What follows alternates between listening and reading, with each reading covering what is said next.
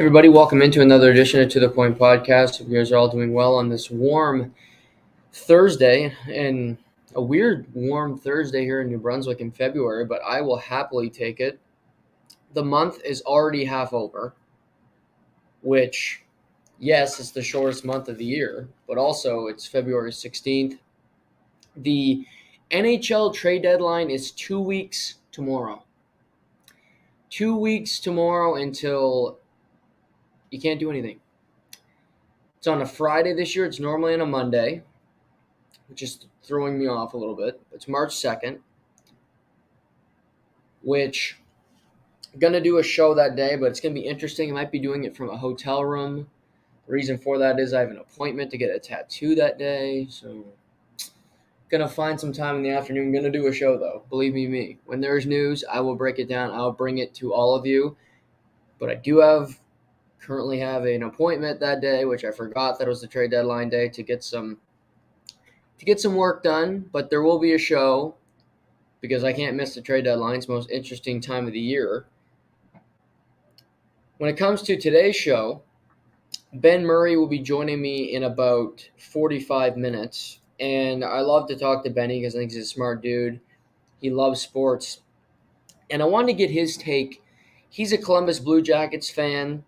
He was in the building for Blue Jackets Leafs Saturday night. Blue Jackets currently have the worst record in the NHL. They have the best odds to land Connor Bedard if the season ended today. And we're going to talk about Vladislav Gavrikov. He could be on the move. I want to talk to him about Boone Jenner, any of the players on the roster that he think could be moved, what he expects the return to be. As a fan, what does he want to see in return? What's realistic that he could potentially get? So we're going to talk about that. He also lives in Toronto, so we'll talk about the Leafs. We'll talk about some NFL, Erik Karlsson. So we're going to dive around a little bit, Benny and I, around the trade deadline amongst other things today, because there's a lot happening in the world of sports. There is. And there's a lot of NFL news, which I didn't get to touch on yesterday.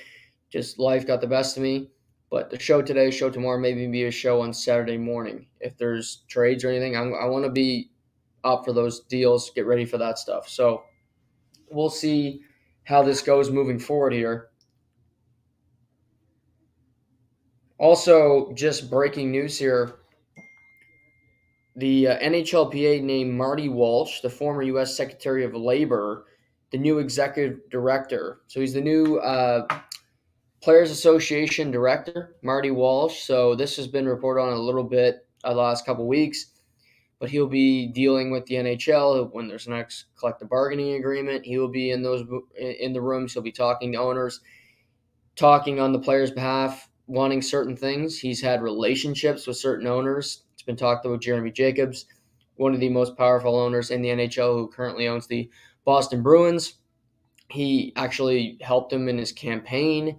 So he has connections, rich guy with another rich guy. So that should be interesting as he joins he's the new, just to get this night, he's the executive director of the Players Association for the NHL. So Marty Walsh sworn in. He is now running that title. Before we get to some hockey, in about 10 minutes, Eldrick Tiger Woods will be teeing off at the Genesis Invitational as he makes his return to golf.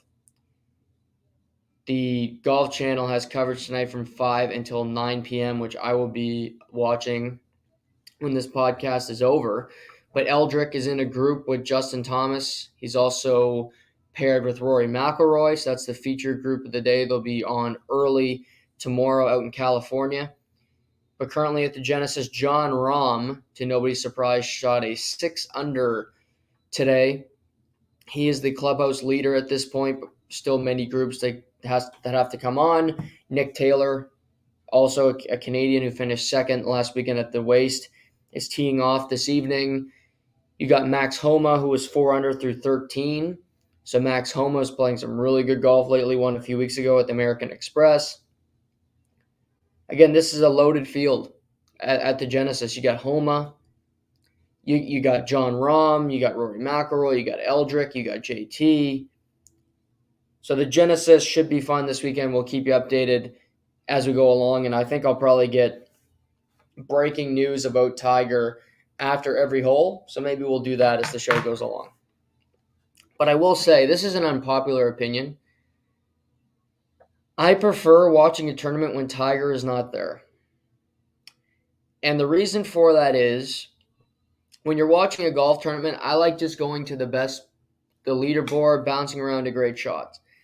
When you're watching the Golf Channel, if you makes the cut this weekend on CBS, it's all about Tiger. It goes to his every shot. He could be 15 over par, and you go to his round. I don't care. There's no where you're going to Harry Higgs when he's on 15 and you're way over par. That's not the way it works for any other player. I like seeing the players in contention. I like seeing their shots. I don't need to see the guys that aren't anywhere close. So that's just personal preference. I don't love having Eldrick take up a lot of the screen time when I care more about what John Rahm is doing, when I care more about what Scotty Scheffler is doing, because quite frankly, they have a chance of winning the tournament. And over the last 2-3 years, Tiger Woods just simply hasn't played a whole lot of golf. And when he is participating in events, he's not making the cut. He's not in the mix. But I'm happy to see him back. But just as a person that likes to consume the product, as a person that is on the Golf Channel basically every day, when I'm watching a tournament, I prefer it when it's not so Tiger-centric. I like watching just the best players in the world do their thing.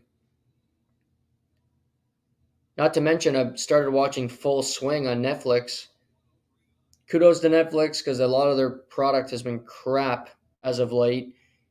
But this golf documentary's got me in. It's 8 episodes. I'm into it. It's interesting. Breaking Point, the tennis one was okay. I think this golf one's been interesting so far. So good to get more exposure for the PGA Tour players. So I would at least applaud them for that more than a couple other sports, are doing right now to help their sport boost up in popularity, mainly hockey and baseball. Now, I was going to start the show today with the Toronto Maple Leafs Chicago Blackhawk game, but quite frankly, I started watching that whatever it was last night, and I got through about 8 minutes of the game, and I said, no, I can't do this. I can't watch this game anymore. The Chicago Blackhawks are beyond horrible.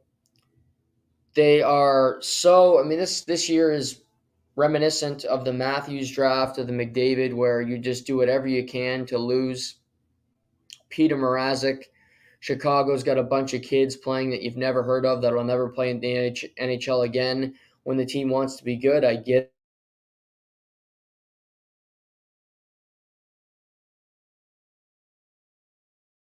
But it's no good. The product last night was horrible. The Leafs won the game. I watched a bit of the second period. I watched the first 8 minutes of the first. I wasn't impressed. So I can't talk about that game all that much. I'm not going into great detail. Overdrive, a real kipper, go there. If you want the breakdown of a Leaf Chicago game, I quite frankly don't care enough to recap every single Leaf game and in particular a Chicago Toronto game. But I was rolling through the tube last night, watching the 10th episode of Winning Time, which I enjoyed on Crave. Finished that, and then like I said, I'm watching the first bit of this game. I can't go through that. So then I switched to the NBA, and I'm watching the Cavs and the Sixers. And the Sixers play a great game. They destroy the Cavaliers, so I watch a bit of that. Watch Mikal Bridges and the Brooklyn Nets beat the Miami Heat. And I like the new look Nets, so that was enjoyable. Then I get to about 10:30 last night, and I see Detroit's playing the Edmonton Oilers. And I'm like, okay, I'll give this a shot. I'll give this a watch because I'm also keeping an eye on Avalanche, Minnesota Wild. It's another game that I was watching. But as I get into this game, I couldn't stop watching it. And it's not because the Edmonton Oilers are a great team or the Detroit Red Wings are a great team. To the contrary, I don't think either team is great. You can make an argument that neither team is that good, quite frankly. But I left this game with big thoughts, and I left this game actually frustrated. I've watched the Oilers quite a bit this year, but at a certain point, you expect a flip to be, to be switched. You expect something to change. You expect to see a team. You expect to see lessers augment their game to at least be at a reasonable level to a great person around you. For instance, I think you think about the smartest people in the world. I don't think every one of Jeff Bezos' employees at Amazon are as smart as he is. But I'm pretty sure their work ethic is through the roof. I'm pretty sure the people around him are contributing and they raise their level, their work ethic, because they see how hard he works to get where he's gotten and the success he's had at that business. I see the same thing in sports. When you see the best players in the world, you expect others to augment their play. Patrick Mahomes in the Super Bowl, he's so fantastic. So guys like Isaiah Pacheco, guys like Jerick McKinnon, Juju Smith-Schuster, Kadarius Toney, lessers aren't as good as Mahomes, but their game raised because I feel like when you're around great people, you want to raise your level so you don't feel so inferior to the top dog, if you will. And then you get to Edmonton, who have the best player in the world, undisputed, in Connor McDavid. And boy, is it frustrating to watch that team. Boy, is it frustrating because Connor McDavid was brilliant last night. Connor McDavid was driven. He was a lunatic fringe. He was not having it. He played like crap on Sunday in La Belle Province. Absolutely. End of a road trip, sleeper, Super Bowl that day, and they stunk it up. They stunk it up, and they got owned. Owned. And yet, he came out last night after a loss, driven and ready to play. He unleashed, he skated over the ice, he was physical, he went into the corner, and it was so apparent that he was the best player on the ice, and he just was refusing to lose. And when he was on the ice, they didn't lose. Because seemingly every shift was in the offensive zone. Poor Maurice Sider, my guy, and Ben Sherratt were just on their heels. They couldn't do anything when McDavid was on the ice. They just had to try to survive. And they did a reasonable job at it. So he was fantastic. Nugent Hopkins, who I've talked about before on this program, is having a fantastic season. He's up to 27 goals now. He's having a Nylander type season where he's augmented his game. He's playing great. Doesn't hurt that he's playing with Connor McDavid. He's getting to the front of the net. He's smart with the puck, and he's playing like a top six forward easily. So that's happening. Zach Hyman's been fantastic, as he always is. Leon Draisaitl is doing his thing on a line that, quite frankly, doesn't have a whole lot of help. And I look at those four players up front, and after that, it is so damn thin.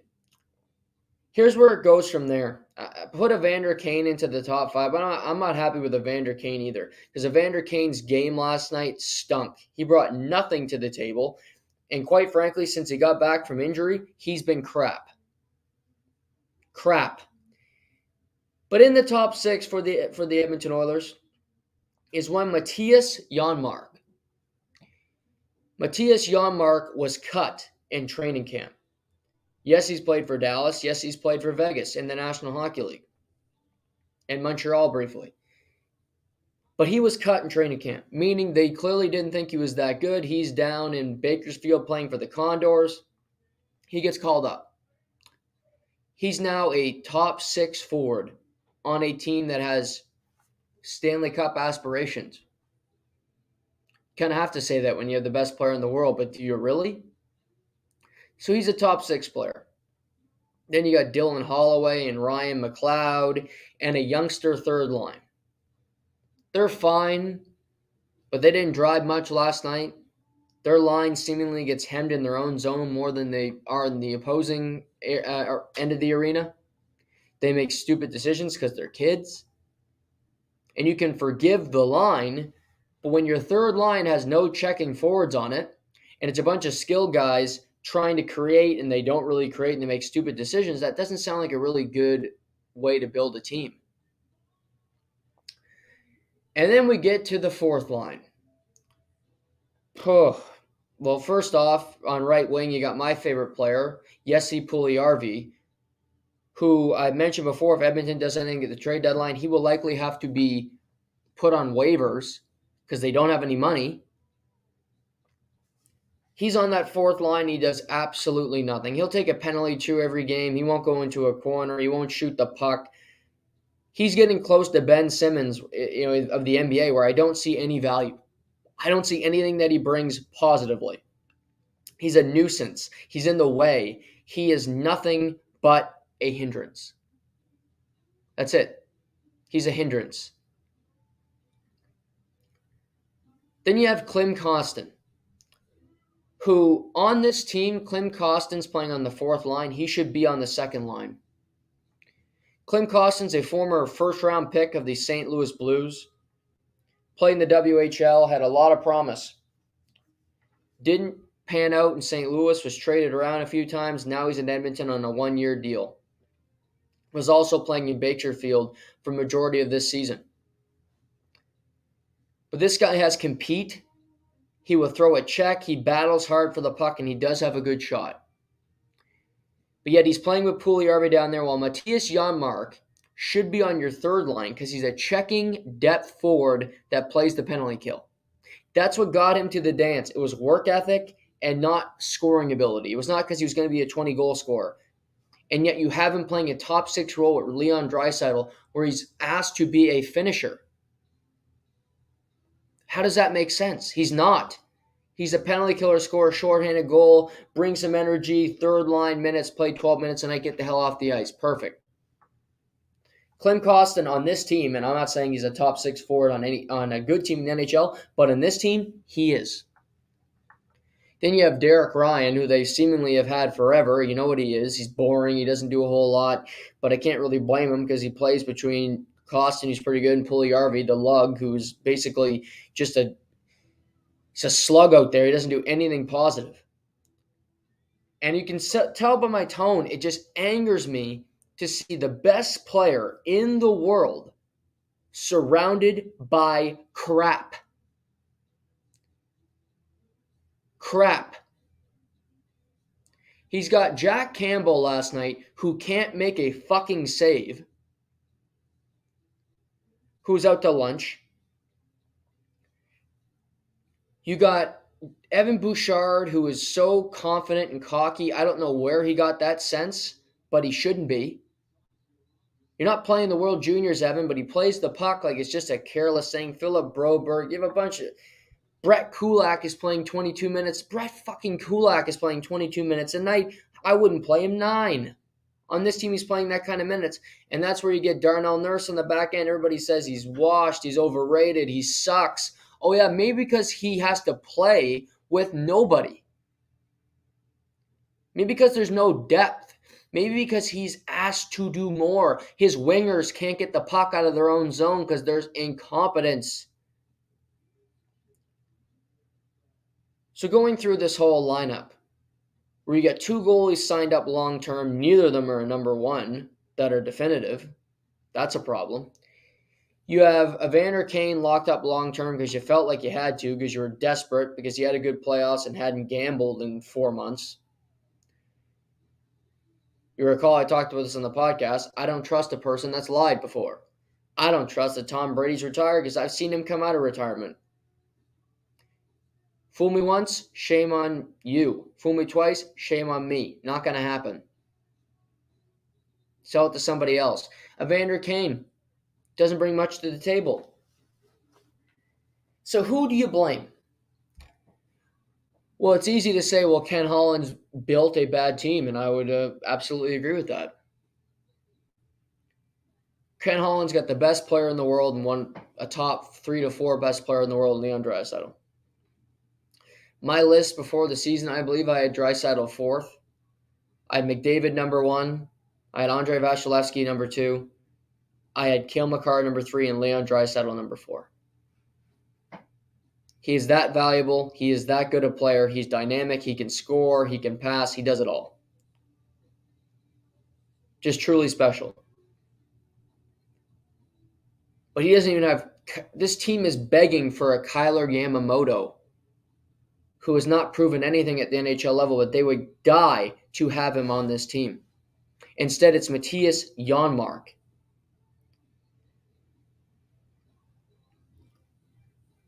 So I look at Ken Holland. You have no cap space.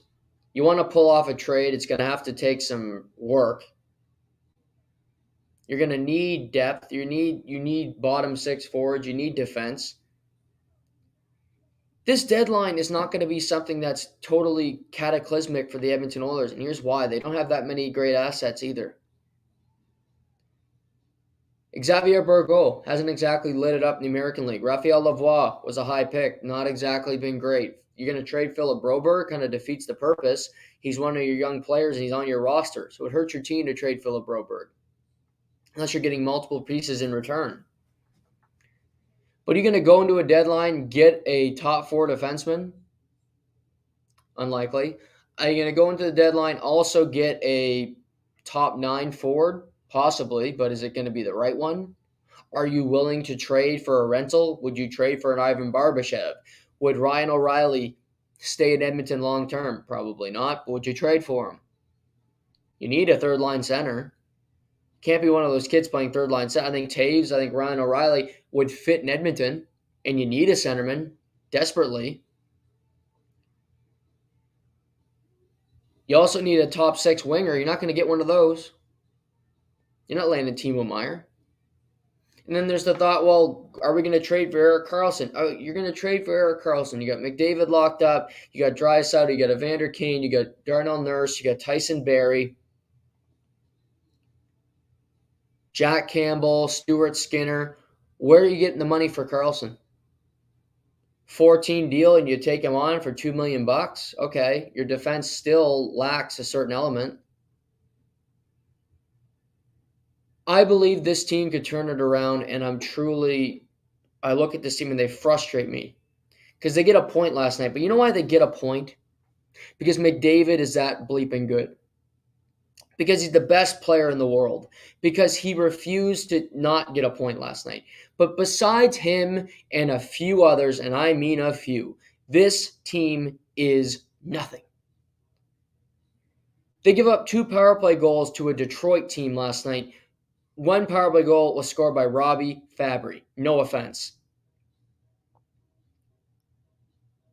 Robbie Fabry. You're losing to Detroit, who's got, much to Edmonton's chagrin, has better goaltending than you. Ville Husso, and actually a good decision by Detroit, better goaltender than Jack Campbell. I said that a long time ago. But you got better than that. But what does Detroit have? Okay, they got Dylan Larkin, who I'm going to touch on a bit because I want to touch on Detroit. Zadina, who's got 1 goal in the season. Begarin, who's got 11, who's still trying to prove himself. You go through that roster, how many elite players does Detroit have? Not many. Not many. A team that works hard, but you lost to a team that is inferior to you in talent, but they worked harder. And Edmonton has a GM problem because he can't fix this bad team already because you can't add that many pieces to this roster at the trade deadline. And you got a coaching problem because you have a coach who believes that Matthias Janmark should be playing top 6 minutes. I watch the games. He's not a top 6 forward.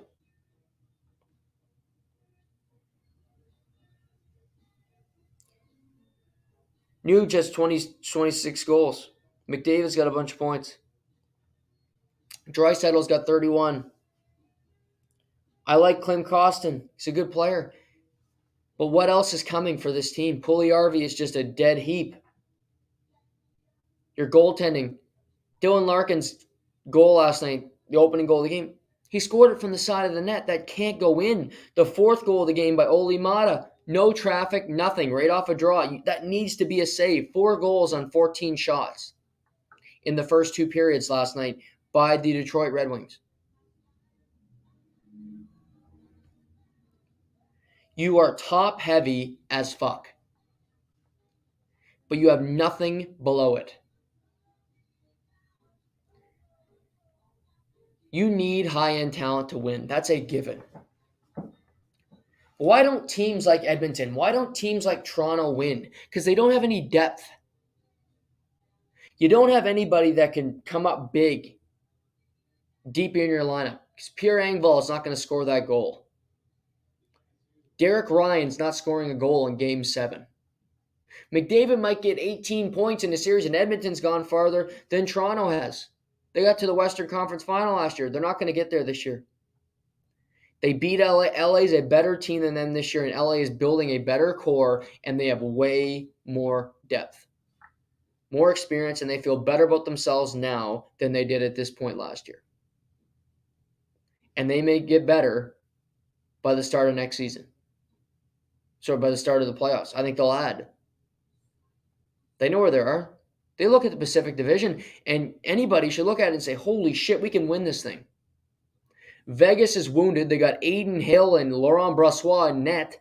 Mark Stone's not going to maybe never play again. Seattle's a young expansion team. We're better than them. Calgary, woof. We can win this. LA should feel like they can get to a conference final, which in the West, they absolutely can. Edmonton should feel the same way, but their incompetence and their lack of team building will hinder them from doing it.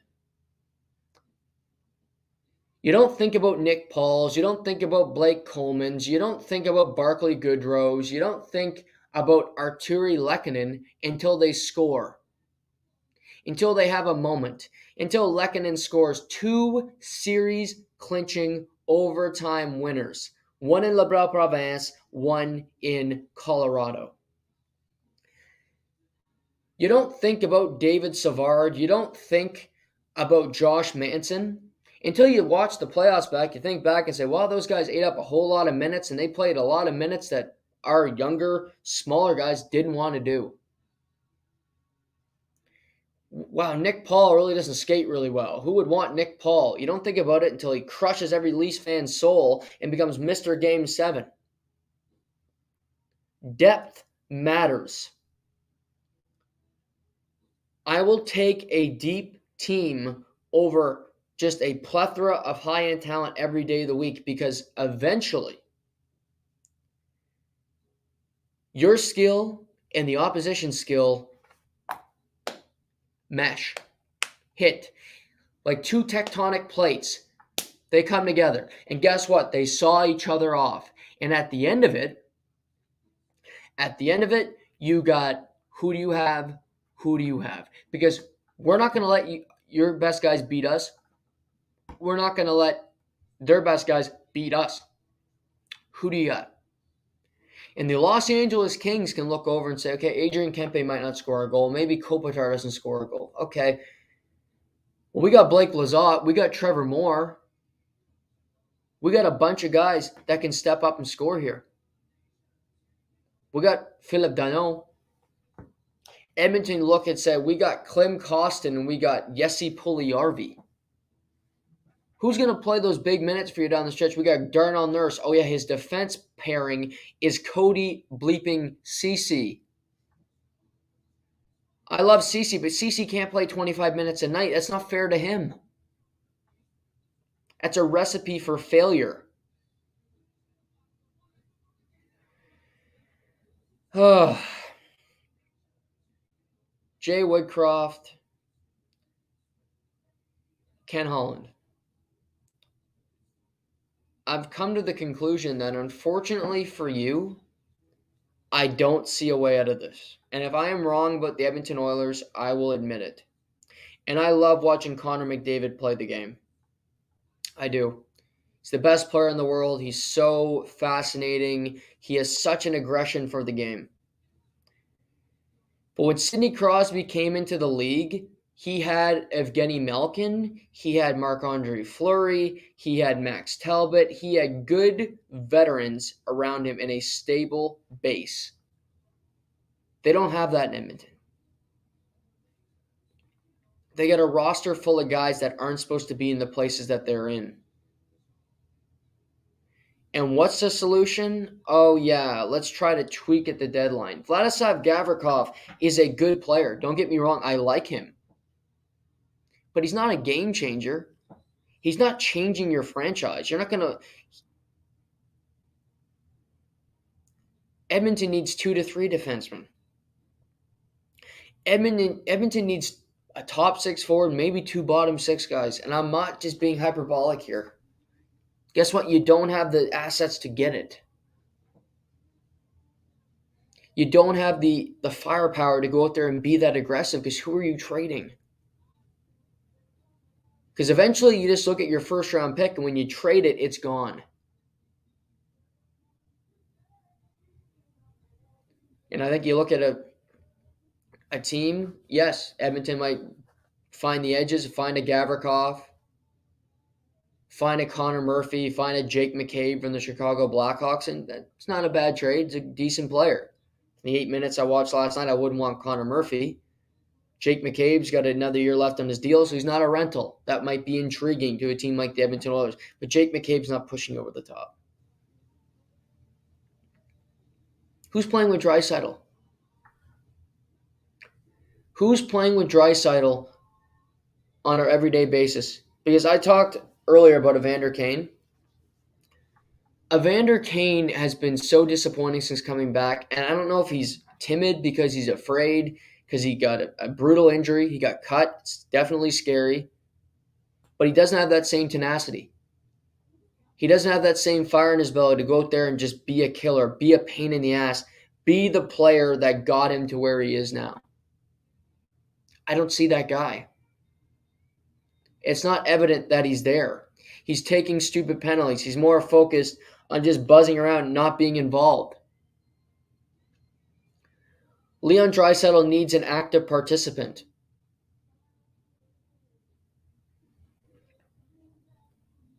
I think there's a frustration in Edmonton right now, and Connor McDavid has shown it in years past. But if I'm him, he made it to a conference final last year largely because he did it. Largely because McDavid and Draisaitl were so damn fantastic that they got there, not because the team was relevant or because the team did anything to help him. He got to a conference final and he got blown out by Chicago.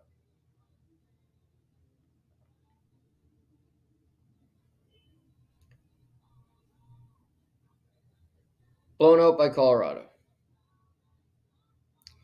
Swept by Colorado in the conference final. It was clearly evident that one team was there to play and the other team was there to what? The other team was there just because somebody had to get there from the Pacific Division side. But if you're Edmonton right currently, the best blessing you have is that LA, Vegas, Seattle, you get a wild card spot. What if you get the Dallas Stars or the Winnipeg Jets in the first round? I don't like your chances of winning that series because both teams are better than you. Both teams have better goaltending than you. Both teams have better defense cores than you. And more importantly, Dallas and Winnipeg both have more depth than the Edmonton Oilers. Neither team has as good a player. When push comes to shove, how many guys can you throw at a team? How many players can play a regular shift that you're comfortable with? Edmonton doesn't have many guys. McDavid can only play so many minutes. A top-heavy team that's been put together so poorly. And I can't even imagine what the frustration is like for Connor McDavid, night after night, knowing that you're playing and you really have no chance. That's how I view them. I don't expect major things at the trade deadline because I don't think they're going to be able to swing it. And Erik Karlsson can be talked about. Erik Karlsson can be talked like he's the messiah, the solution. Doesn't change a franchise to get Erik Karlsson at this point. He will win the Norris Trophy this year because that's you just give it to the defenseman with the most points. He's not going to Edmonton. They're winning a cup because they get Erik Karlsson. He'll turn the puck over and have a bad plus minus there. See, we got on the horn a great man and a person who's currently a fan of the worst team in the National Hockey League based off point percentage, which oddly enough may actually be a good thing for this guy. It's good friend of the show, Ben Murray. Benny, good to see you. How are you, my friend? I'm doing well. Thanks for having me. And yes, it is a good thing. It's about time. I'm just getting a little nervous about the tank job going down. They played a little too well the past two games. I'm getting a bit nervous, but it's a good spot they're in, and hopefully they can keep that up. How was it? What was the feel like being in Scotiabank Saturday night for the game? Was pretty fun. It's one of those things, like I said, I'm actively rooting for Columbus to lose. I'm not going to try and hide that. But when you're in the building, when you're in Toronto, and there's like five Columbus fans in the entire arena, it's still fun to see the Leafs lose and see Columbus put up a good performance. So I was okay with that. And all the fans and the media like to react to those losses when they lose to bad teams. So I always enjoy that, but it was fun, but one win's enough. We can go back to losing like Tuesday against New Jersey. That might have been like I have my little like roadmap to Bedard. I've gone through like the schedule. I'm like Right. loss, loss, loss, maybe a win, loss, loss. Like I had the Toronto and New Jersey games basically penned in as losses, and uh, we beat Toronto. Then I thought we were going to beat New Jersey, but it was honestly the best case scenario. Like New Jersey scores with 1 second left to win in regulation. We played a solid game against a solid team, so it didn't really get much better than that, really. After watching Chicago last night, I think your team's actually better than them, which is an odd thing to say, but Chicago is truly awful. Yeah, Chicago's brutal, and they're only going to get worse too. 'Cause they're gonna. Well, I would expect some of those Mhm. guys would be gone. Not that I mean, you could argue they're not even helping the team all that much right now. A couple of them, Kane Right. hasn't. He has done not look good, and he's probably. It feels like he's a bit uninvested right now, and I think he would a trade would serve him well and sort of rejuvenate himself a little bit. But I don't know if he's really helping them all that much right now. But you're right; they'll probably get rid of maybe try Max Domi, Anthony Ciu, try to see if anybody will take flyers on them. So they're only going to get worse, which is like you said, that's tough because they're terrible right now. So it's gonna be a fight till the finish. Yeah. The only thing we got going is the East is a lot stronger in my opinion right Right. now. So I think Columbus's schedule is a little tougher than Chicago's. Do you think this was talked about a lot this week, but do you think Patrick Kane would fit on the Toronto Maple Leafs? It Not really. I think it would be an awkward fit because to me he's a guy you don't want him out in like late game situation. Like he's a power play specialist in my Mhm. opinion at this point in his career. And I'm not saying like he can't be helpful 5-on-5 and produce like he has in recent years. Like it was just last year he was well over a point per game, I'm pretty sure. But from what I've seen this year, really, I would only want him as a power play specialist. And the Leafs, I mean, I guess their power play is not the best. It could be better, but to me, I don't know where you fit him in on the PP1 because he's not a guy you want to pay and trade for. You have to give up some good assets. You don't want him just sitting on your second power play playing like 14 minutes a game. I don't think that makes sense. So I think it's a bit of an awkward fit, but I mean, it'd be fun. It'd be fun to talk Yeah. about, that's for sure.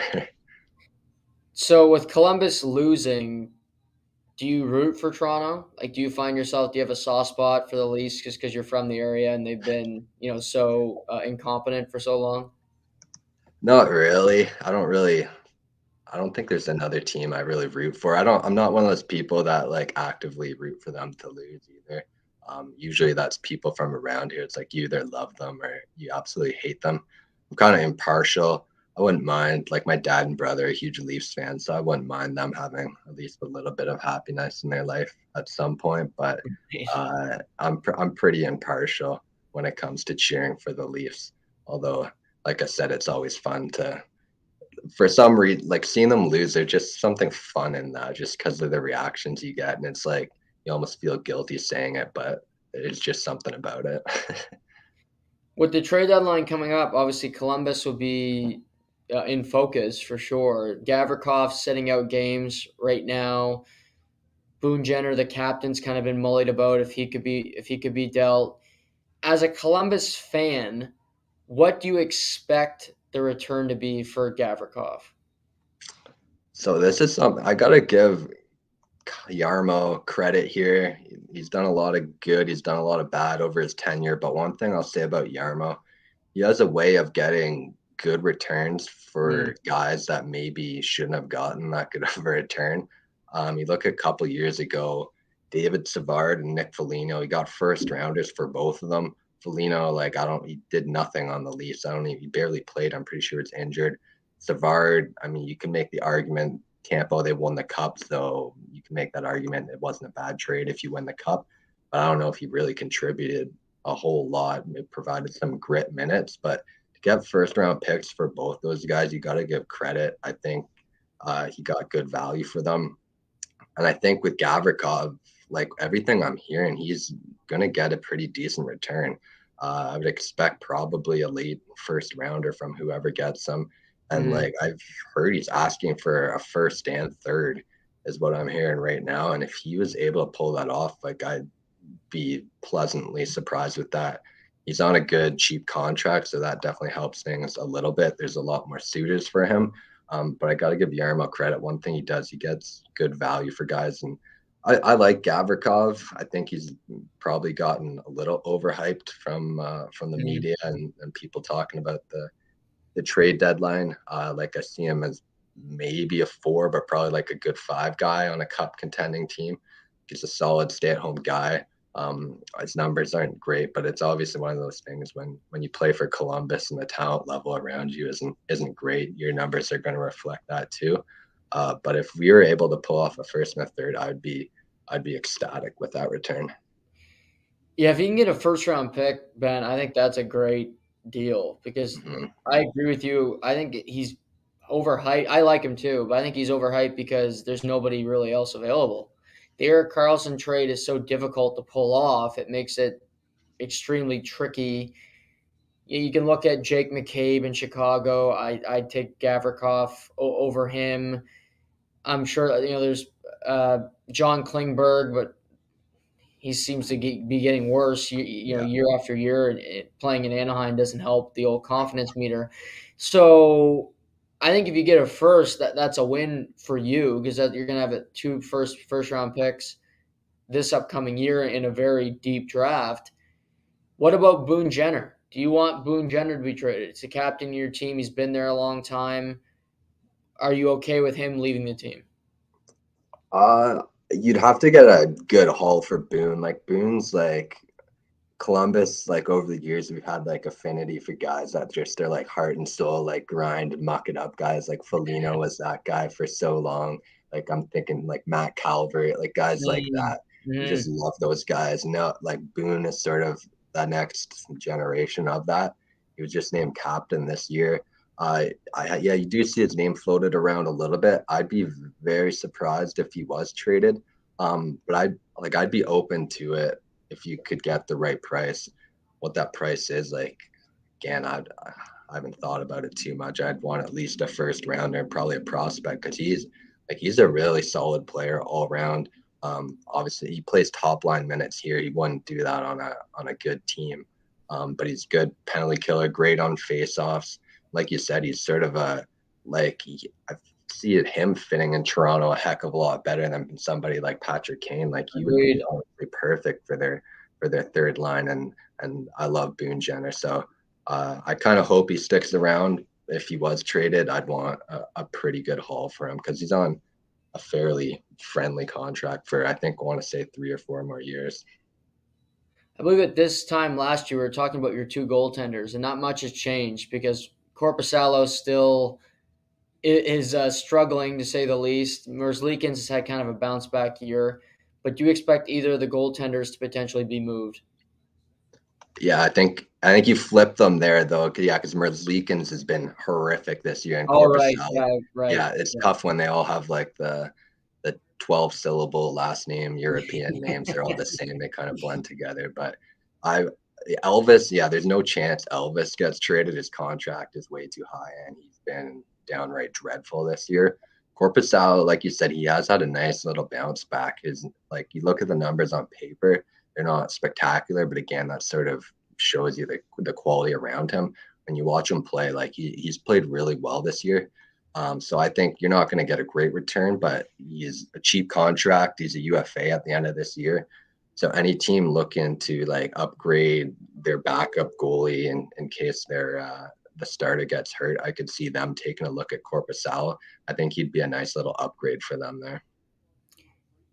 Of the kids playing, has anybody stood out to you as somebody you like as kind of the future of the Columbus Blue Jackets? That's one of like it's sometimes painful to watch them, but it is nice watching the kids play. And the like Kent Johnson's really fun. You can tell that kid just Mhm. oozes skill, like his puck handling, the way he moves his edges. He's fun to watch, but probably the most pleasant surprise has been Kirill Marchenko, the most Mhm. unique stat line in the NHL. I think he finally got an assist. I want to say it was Saturday. He scored 13 goals without an assist, and now I think he's at 14 goals, 1 assist, but he's such a fun personality. Like I didn't know much about him before he came over, but he's one of those guys. He's always smiling. The media says he's super fun to talk to. Doesn't It's one of those Russians, doesn't know much English, but he's just always smiling and having a good time. And you can tell he's a big bod. He's not quite maybe as physical as you would like for a guy of his size, but he has the skill. He has a great shot. He's not afraid to go to the net. So he's a guy that I've been pretty pleasantly surprised with. I like him a lot. Are you the type of fan that believes in rigging for the draft lottery? And the reason I ask that is because I don't think Columbus would be at the top of the list for the NHL to get Connor Bedard. I'll let you know on the day of the draft lottery if I believe in the rigging.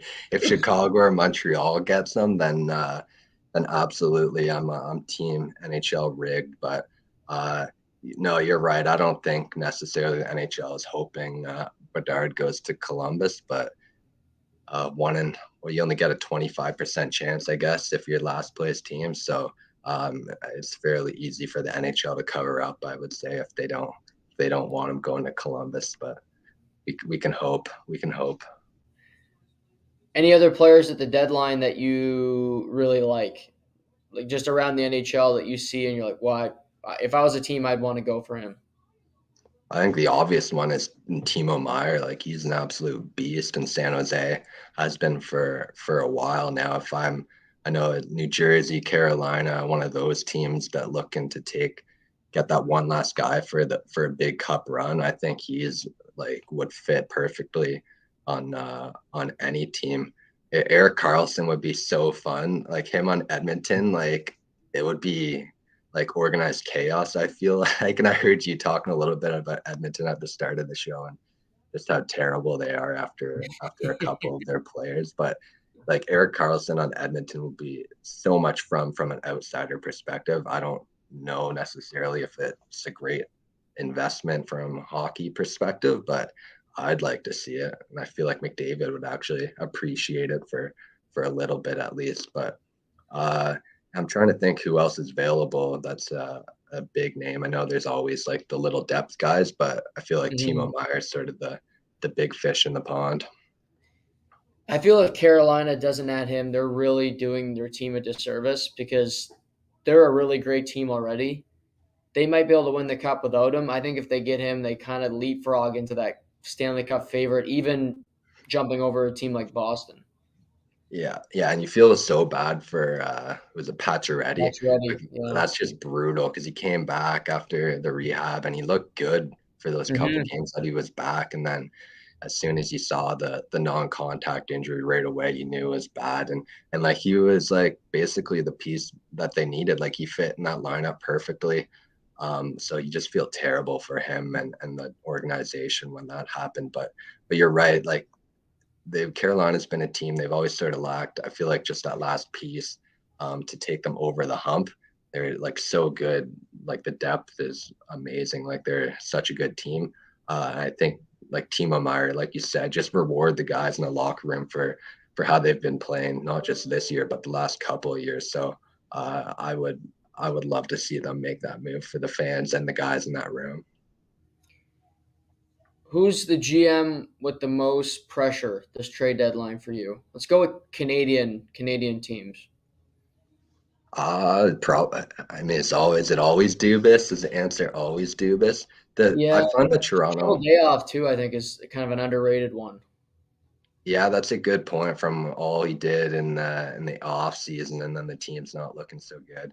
But like Toronto, I'm sure you've probably talked about it already. I find all the talk Dubas, like he's on the last year of his contract, and he's Hmm. been in the media at least pretty adamant he's not going to get rid of Nyes or the first rounder.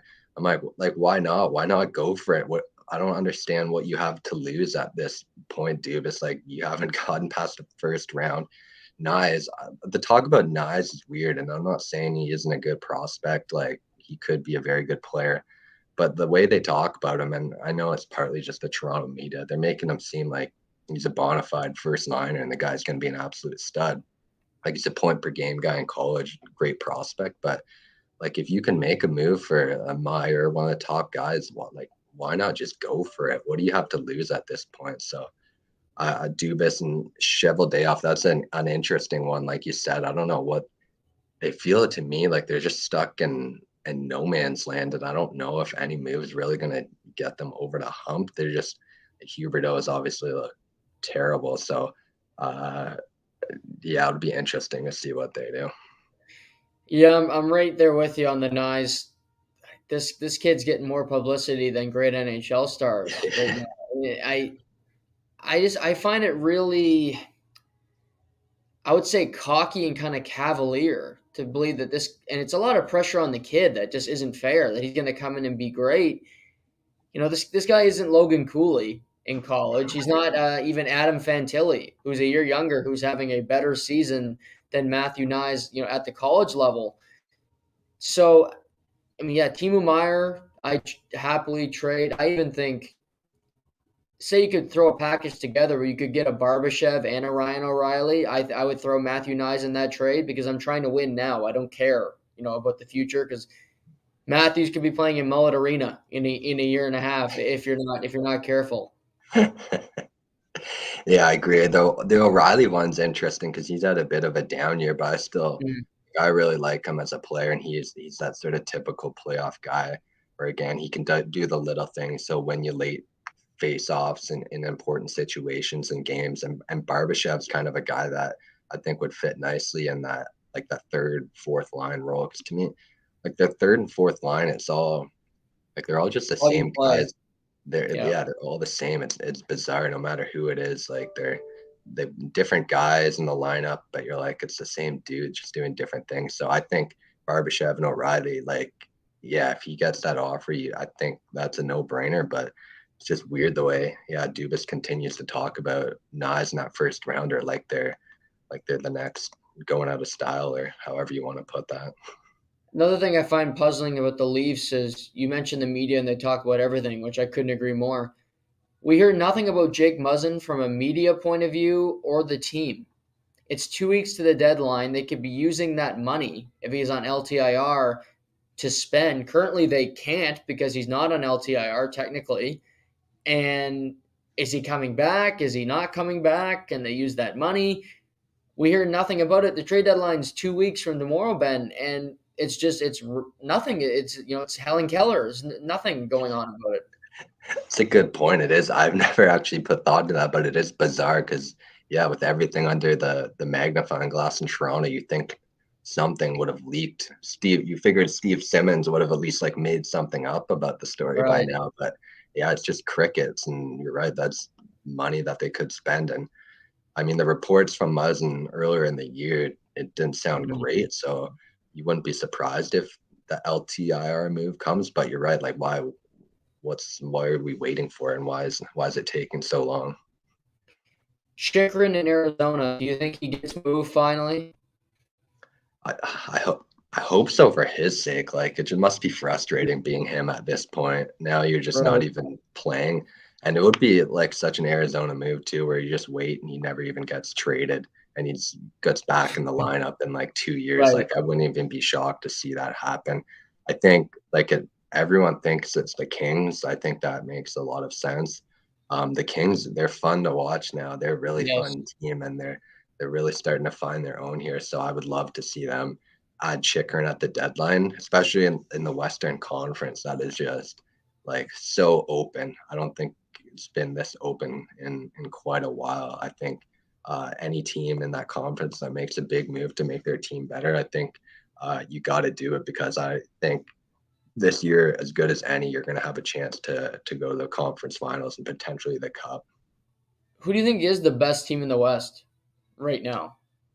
It's so tough. Like I feel like last time I came on here, I talked about Colorado. I still really like Colorado, but Mhm. it's weird. I watched them last night, and I know they won the game, but they didn't look particularly amazing. And I still like, it's just one of those things. You look at their roster and you're like, oh, they're a good team. You think they're gonna get over the hump, and I feel like it's tough to downplay them. But maybe once Landeskog gets back, and I know Makar's been banged up, so I still like them. But I mean, they might not even make the playoffs. Like they're in a pretty big race right now.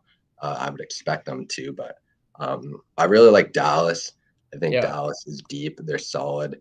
A lot of talk, was it 3 4 years ago, when the owner called out Ben Sagan? Like now the thing is, you don't even have to rely. Those aren't your horses that you have to rely on. And Ben's had a bit of a resurgence this year. Like he's looked Yeah. decent. Sagan's meh, but you got studs. Hiskinen on the back end. Ottinger's really good in net. Robertson's obviously really good. And I love Roop Hintz too. Like he's an awesome player that any team would love to have. Good two way, and he's finding the back of the net a lot more this year. So I think they're pretty deep right now, and I'd probably lean them as the favorite in the West right now. But honestly, like I said, it's so open right now.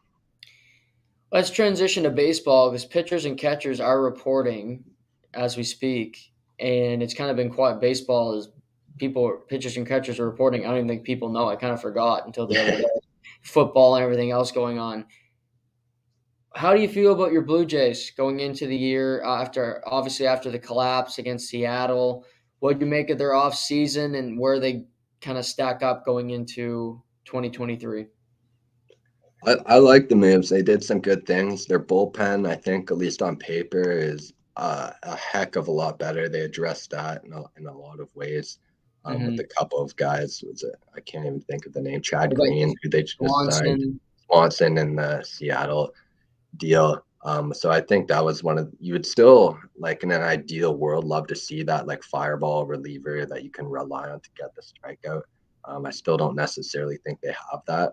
A big X factor there is potentially like Nate Pearson transitioning into that guy. You almost forget, like he's been their top prospect for, it feels like 10 years now, and you just keep waiting for him to break out. And he's obviously had no luck from an injury standpoint, but I hope to see him on the big league team this year and take some strides. Nice to see him be healthy. The lineup, I think I expect Bo to have a huge year this year. I know, like you look how he ended up, and his stats were like really good, but I think people kind of forget the first, I don't know, the 4 or 5 months of the season. Like Mm, he wasn't very good. It was like that late August, September where he became the best baseball player to ever play. So I think he'll have a really good year. Hopefully throughout the year, he starts hot early. Varsho, I like that move. Their defense, like they're gone from one of the worst defensive outfielders to arguably one of the best in the league. So that's going to be fun to watch. And I've been reading about the new dimensions in Rogers Center. That place is just going to be like a home run derby with some odd bounces because the walls are going to be shaped quite odd apparently. So looking forward to seeing how that shapes out too. Do you like the Kiermaier ad? I do. I'm not huge on him being like an everyday guy. Like it kind of sounds like he might be. To me, Right. he's like sort of a situational. You put him in against righties here and there, or you put him in late in games, pinch runner, defensive sub.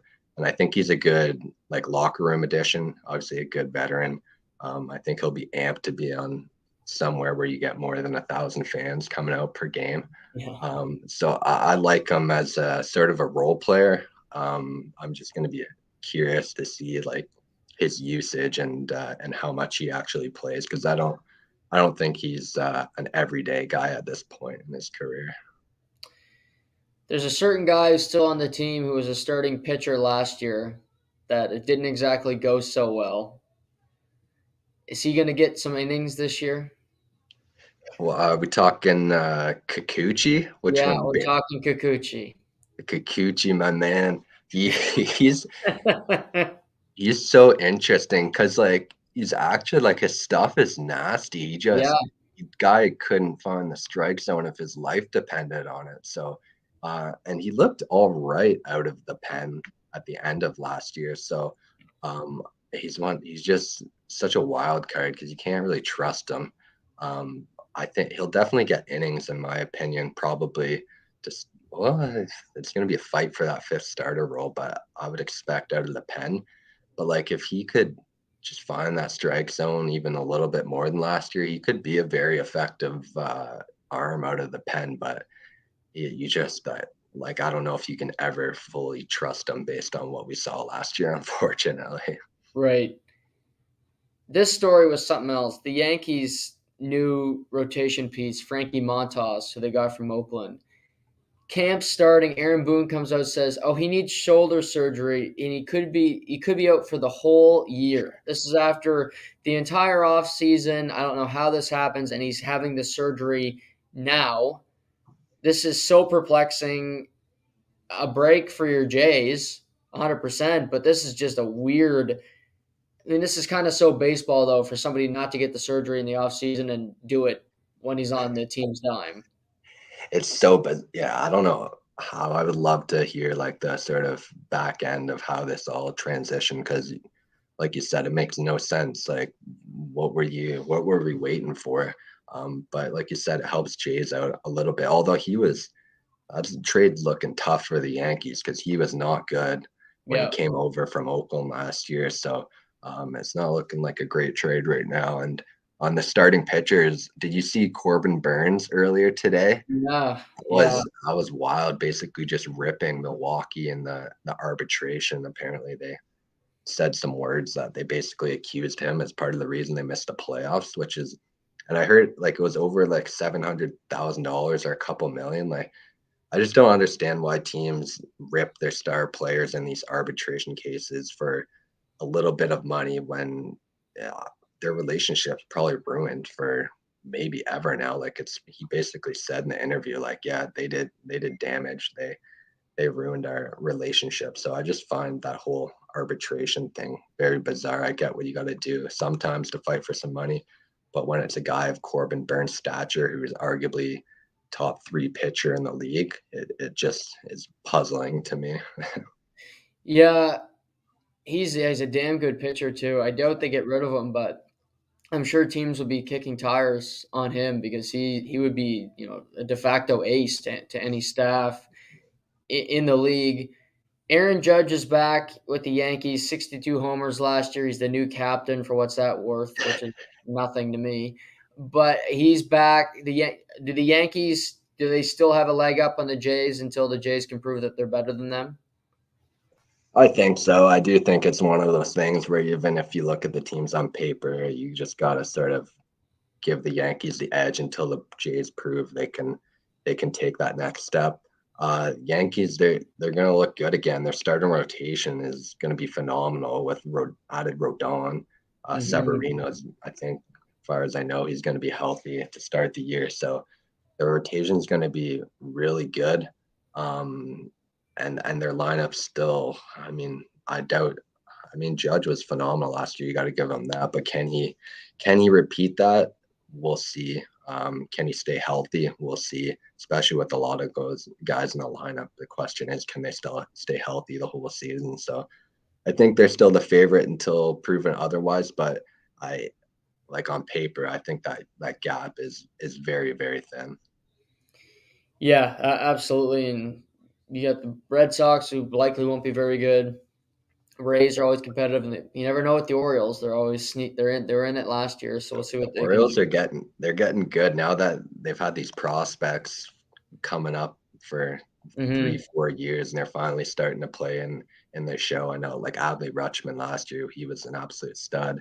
I know they have a couple other guys too. Gunnar Henderson, who a great name, but he played some innings last year and he looked really good. So they're Right. they're definitely they're definitely frisky. Like you said, the Red Sox, I don't know what they're doing. They're just signing a bunch of like Yeah. random, like trying to build a puzzle of out of random dudes. So I don't expect them to do a whole lot this year.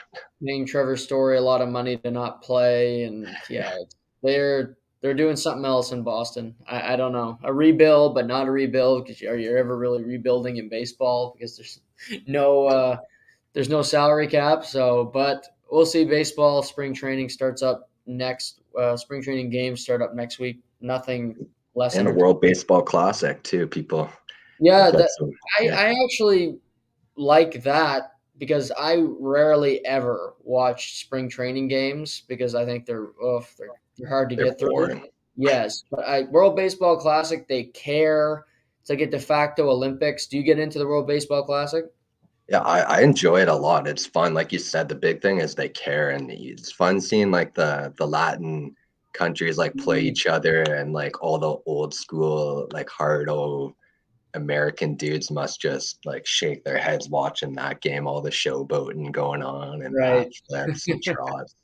But I think it's fun seeing those countries go up against each other.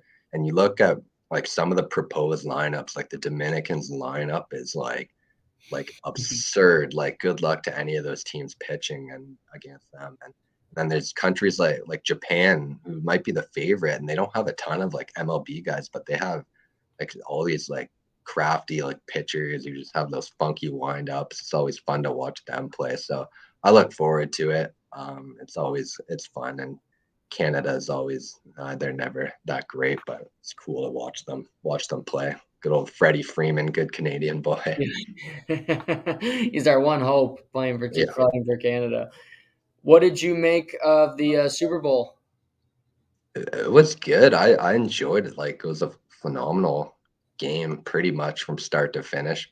Obviously, there's a lot of controversy over that holding call at the end of the game. I mean, I don't know. It's a tough. You can fall on either side of the debate if you're the let the boys play or the it was a penalty, and he said it was a penalty after the game.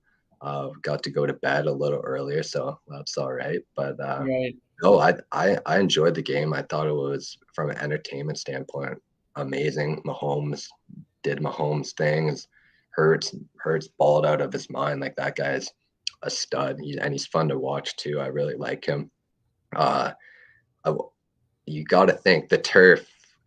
Would it have been a Mm, different game if they're playing on a different field? Because I just think that played, especially like defense or Philadelphia's defensive line. Like they've been so good all year, and to just completely lay an egg, you can say they've maybe playing weaker competition, but it just felt like maybe the footing had something to do with it. But I mean, credit to Kansas City's offensive line; they played really well and stepped up big time. But yeah, overall, I thought it was a great game. as a Brady guy, do you appreciate Mahomes? Or are you like most of the people that's kind of hate on him? Like I hear about in the media, people are saying he's not that good. Joe Burrow might be better. Jalen Hurts might be better. Or do you appreciate his greatness? I appreciate it. I've really come around on Mahomes lately. He's just like part of it. He's just a likable guy too. Like he doesn't do Right. anything really to piss you off, and You hate I his like I family, just not him.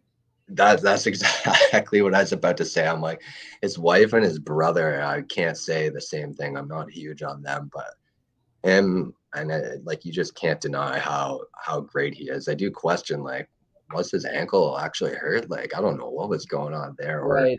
I Yeah, that's mean, weird. everybody said they just shot him up with so much, who knows what, that he couldn't even feel the leg. But you can't deny how good he is, and he's fun to watch when you really sort of dumb it down and take a neutral perspective on it. Like he's just such a good player, and we've never really seen anything like it. I mean, I can admit that Brady's still the GOAT in my opinion, and Mhm. Patrick Mahomes has a long way to go, but like he's on his way. You can't deny that. He's good to watch. Do you buy that Brady's retired? Yeah, I do. I do. I think it's real this time, but I mean, if San Fran calls like week 2 and they're looking for somebody, I think he'll entertain the offer, but I I think it's real for this time. I do. Where's Aaron Rodgers play next year? I feel anywhere but Green Bay. It feels like at this point, Right. I'd probably lean. The Jets seem like probably the lead at this point, but it's the QB carousel is about to take off, and it's going to be wild. There are so many teams looking for quarterbacks, and so many quarterbacks on the leave that it's going to be fun to watch. I lean Jets for Aaron Rodgers, um, but there's a lot of suitors out there. So there's a lot of teams, whether it's reunite with Devontae in Mhm. Vegas, that's obviously another option. But right now, I'd probably lean Jets. Does that scare you as a Patriots fan? Uh, Not really, if I'm being totally honest. Just the Pats have just owned the Jets forever, and this is Aaron Rodgers. And maybe it's a bit of recency bias, and maybe the talent around Rodgers wasn't where it needs to be at last year. But I don't know if he impressed me all that much last year, and he's certainly not getting any younger. So I'm not like, obviously it's an upgrade over Zach Wilson, that's for sure. So I guess from that standpoint, it scares me a little bit, but it'd be fun. I've never been a huge on Rodgers, so it'd be fun going up against him, trying to beat him. Are you all in on Mac Jones? Uh, it's Are it's you? tough. It's Good tough. pause there. I don't know if I can say all in because but it's one of those things. I'm excited to see him work with Bill O'Brien because the Mhm. relationship with Matt Patricia last year was rocky, to put it nicely. Probably just outright terrible, if we're being honest here. It wasn't good. So worked with Bill O'Brien, obviously at Alabama.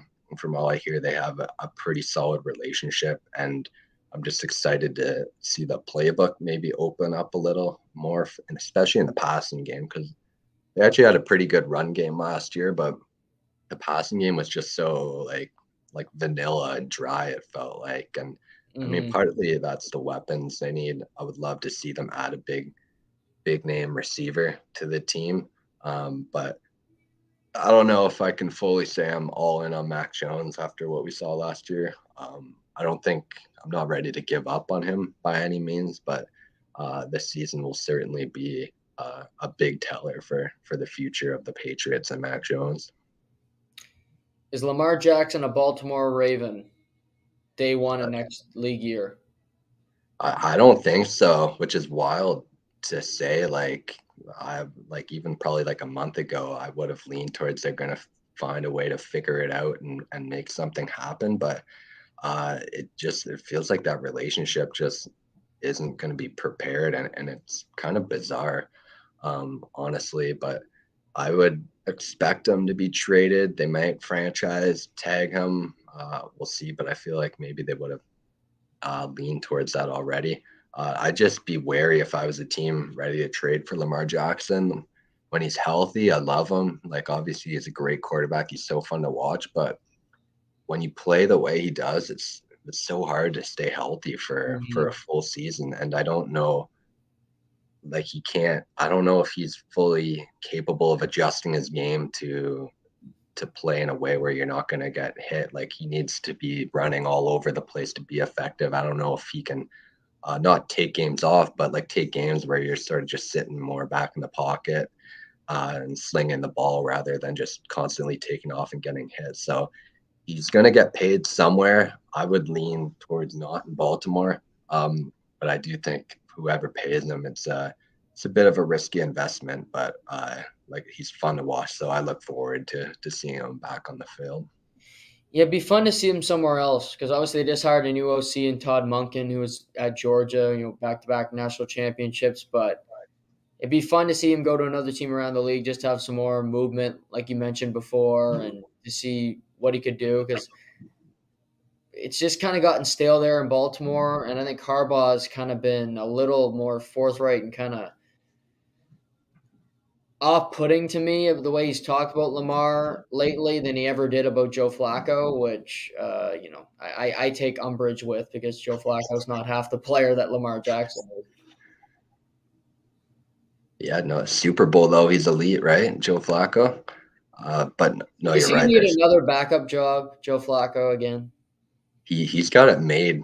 Do you think backup role in the NFL, like a backup QB, like a Chase Daniel, or I'm trying to think of a Chad Henne, class? two-time Super Yeah, Bowl champion. like those guys, like that's got to be one of the best jobs in sports, in my opinion. That would be so awesome. Remember Patriots quarterback Ryan Mallett? Oh yeah, He had a good gig there for a while. yeah, he made some good dough. And yeah, it's always funny. You see like little stats come out like probably like once a year of like a backup QB, and it's like how much they've made over their career, and you're like, whoa, good for you. And then they show like how many snaps they've actually taken, and it's Right. like, oh, they've made like $500,000 per snap or something absurd like that. And you're like, that's what a life that is. You're not even getting hit. You're not getting the CTE, so it's perfect.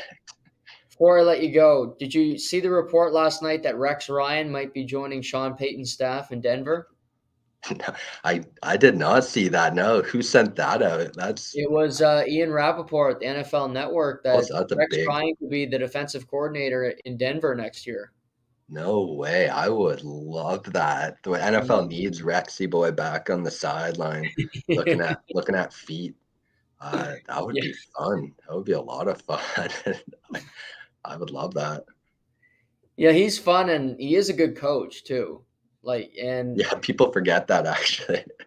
because Yeah, Peyton wanted Fangio, but was a head coach in Denver way back when.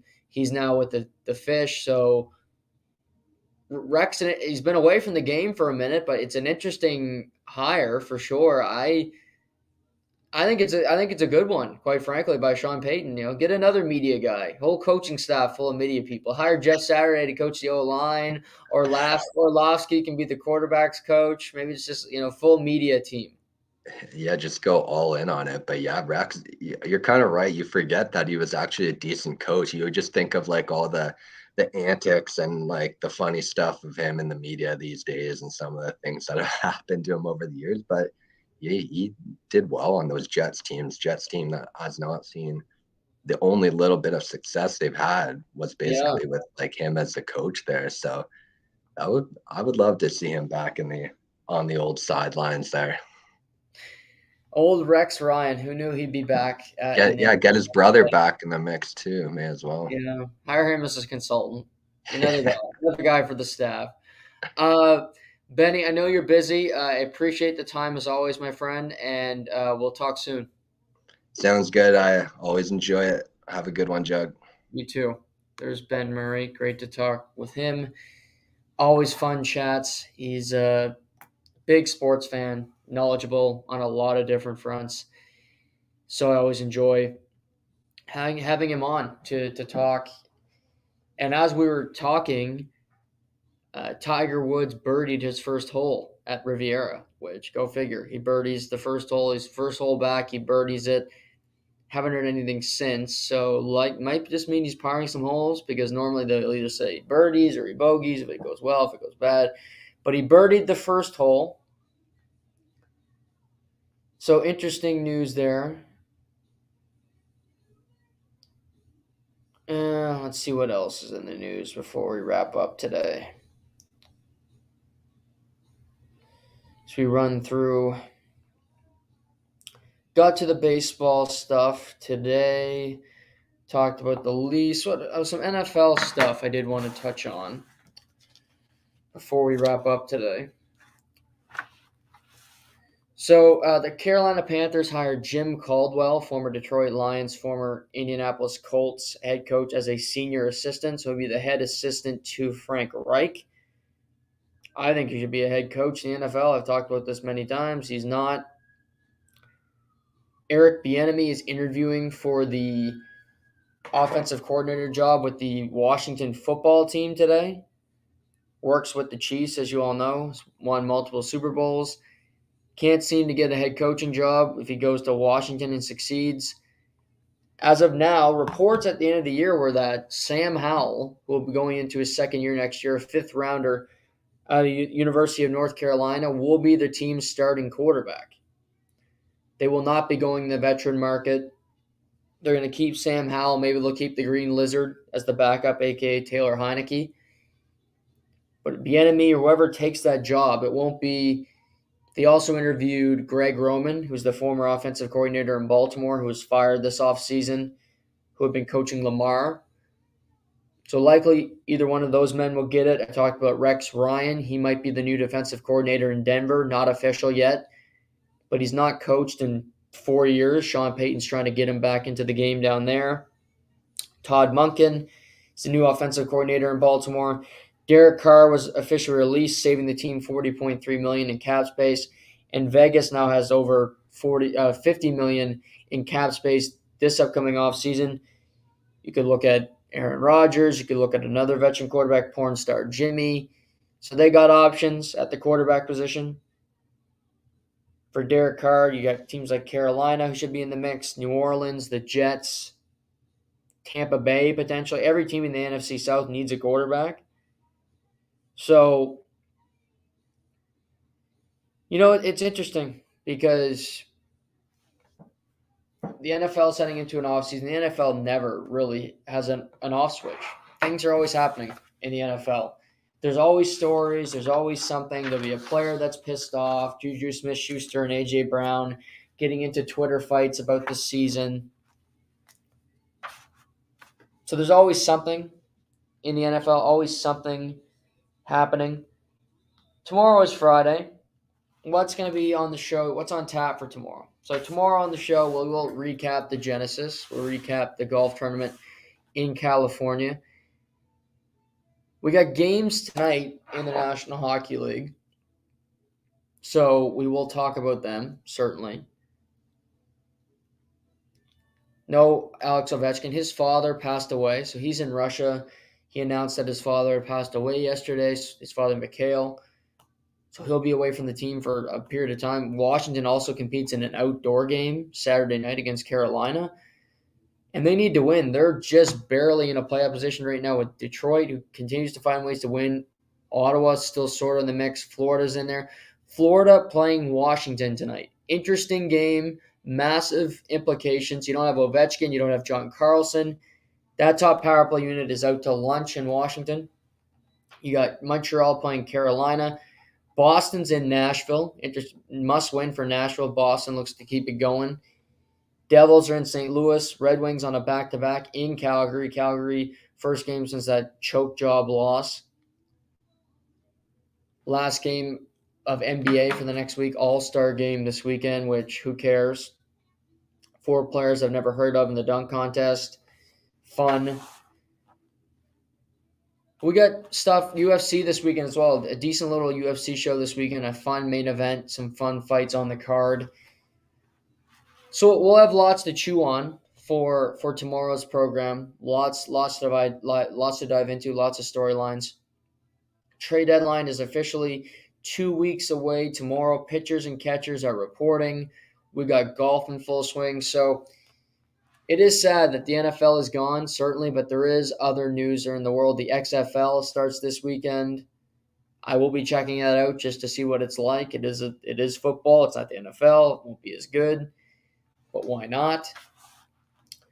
So that's what's coming up tomorrow on the program. It's Friday already. The month's half over. But we're 2 weeks to the trade deadline, and lots of rumors, lots of things to chew on as we move forward here. So that's it for today. I'll talk to you tomorrow. This is To The Point.